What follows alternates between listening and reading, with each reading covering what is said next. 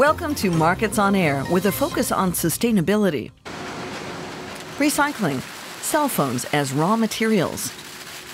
2 tons of old cell phones, some of them relics from the dawn of the industry, are heading for the shredder. Here at Aurubis, old phones are worth their weight in gold.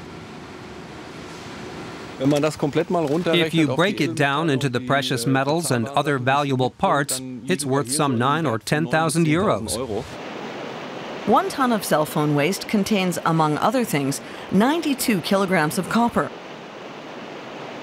38 kilograms of cobalt, 2.5 kilos of silver, and 240 grams of gold. In addition to mobile phones, Aurubis also recycles old computers and TVs, buying up some 8,000 units a month. It's the only company in Germany that melts down shredded phones to produce raw copper. And business is good. Aurubis processes around 1 million tons of copper a year. Taiwan, Siemens making skyscrapers green. Taipei 101 is the world's 3rd tallest building, and the tower has received an award for energy efficiency thanks to Siemens technology. Some 11,000 people work here. Ice is produced inside the building to keep its inhabitants cool. This all happens at night when less energy is in use. During the day, 24 of these giant refrigerators cool down the building. I think the major benefit is corporate image, that we can also tell the world that we are now the world's tallest green building. And I think there's actual money saving from energy saving. That's really beneficial. They save 540,000 euros per year to be exact. The Taipei 101 project is meant to be a spearhead in the region for Siemens Taiwan. Of course, we have to earn money, and there are different developments.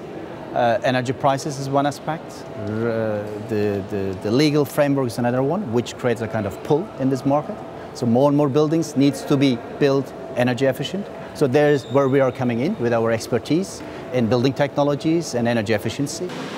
There's plenty of potential. With its hot and humid summers, Taipei offers a huge market for green air conditioning technology.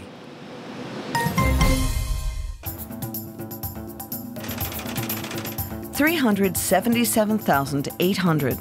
That's how many people worked in Germany's renewable energy sector in 2012. That number has doubled over the past 10 years. Most people are employed in the production of bioenergy, followed by the wind and solar sectors. Estimates predict that more than 500,000 people will be working in the industry by 2030. UN and World Bank calling for green energy. They want electricity available to everyone. And they're calling on governments, international organizations, and the private sector to ensure that as much power as possible comes from renewable sources. Toxic pollution harming millions of people. Pesticides, lead, mercury, and oil. Environmental groups say these pollutants do more harm to people around the world than diseases such as AIDS and malaria. According to a 2013 report, emerging and developing countries are the worst affected. Solar dispute with China. The European Union has extended punitive duties on Chinese solar products for another 2 years. The move is aimed at protecting Europe's solar industry from what it considers dumping prices of firms subsidized by the Chinese government. Dirty laundry, cleaning without waste. These giant washing machines process some 20 tons of commercial laundry a day. It all needs to be washed at 60 degrees Celsius, and that requires a lot of energy and water. But the Coburg company uses purified wastewater to get the job done. We want to recover as much of the energy contained in wastewater as possible, the energy found in cleaning agents and at high temperatures. Water and heating are the biggest operating expenses for laundries. Using less water means using less energy to heat it, and that cuts down on energy bills.